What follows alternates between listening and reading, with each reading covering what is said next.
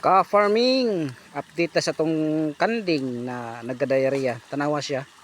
Aninguha gitawon siya kaon mga ka-farming. Nga dili na basa ang yan tae. Kaloyan gitawon. Gikuan siya gi painom og balbasin. Balbasin man siguro na, mamanguro na. Medyo okay na siya nya mukaon na gid siya kusog ba. Naninguha gitawon siya kaon. Dara ang ang toro. Tura di ato ang kuan inahan niya ug ang usa niya igsuon.